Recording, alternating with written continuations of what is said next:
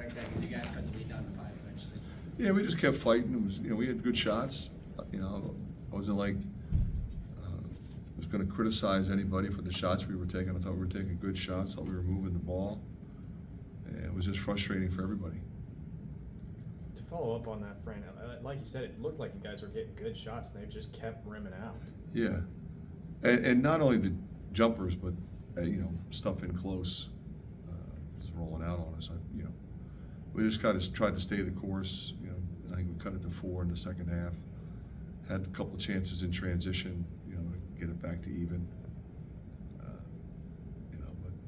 But we missed 42 shots. Got to get more than 3 back. You got to go to the glass. When the shots aren't going, you got to go to the glass. And to be honest with you, we only got 2 back because it was 1 team rebound. So 2 offensive rebounds, 42 misses. That's unacceptable. Was Illinois doing anything defensively that you felt like really took you guys out of rhythm? Or? No. They're a good defensive team. They fight. They compete. It's why they're one of the best teams in the country. But it wasn't like they were doing anything special. We just played them 2 weeks ago. Brock seemed to give you a lift in He the was first great. half. 6.6 assists in the first half. He gave us a huge lift. Got it back under 10. I think it was a 21 at one point, the deficit. So got it back under 10. So it felt like in the second half we could make a run. You guys did get it close, I think 4 or 5. 4. Yeah. Just couldn't quite get it over that hump. Yeah. Was it just? Well, I thought we got consecutive stops in that one stretch. Tony's breakaway dunk. Tony got at the rim a couple times. We had a couple open threes, and this didn't go.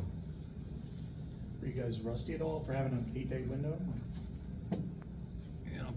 Possibly.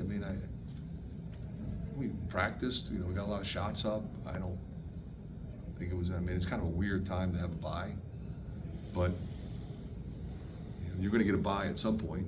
So you're going to have that same amount of time off at some point.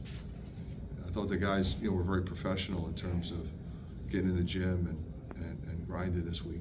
And I didn't see anything that would concern me in terms of their preparation. Were you fine and pleased with the energy and intensity? Do you feel like it was just a... Yeah, I thought the kids played hard. Yeah, other than you got to go to the glass. That's the one area that's really disappointing. And I think they would agree with that assessment. You kind of just touched on the glass. You guys are out rebounding 50 to 33, I believe it was. Was there just like lack of physicality, or was it just not being able to check down the ball? Well, we didn't go to the offensive glass, like I said. It's it right there. To get too complicated with the analysis. Missed a lot of shots. You got to get some putbacks. You got to get it back and get to the free throw line. We didn't do that. Looking ahead to Brock. Go ahead. Looking ahead to the weekend, you guys are one of the few teams that has guys that have lifted that trophy over the weekend. How does that help you guys prepare? I think it helps, obviously, and I think they know and understand what it takes to compete in a tournament. This is obviously one of the tougher tournaments in terms of quality of teams, top to bottom. We're playing one of the hottest teams in the country right now, so we'll have to have them ready. With Brock playing the way he did when you got to come in the first half, was that just a scenario where you wanted to go with your senior Tony Perkins proven guy in the second half? Yeah, we gave Brock another shot, but I thought Tony, he did some really good stuff. You look at the stat and he's 1 for 10. Okay, he was battling. He was aggressive defensively. He was attacking the rim. He ran our stuff. Yeah, so that's our guy.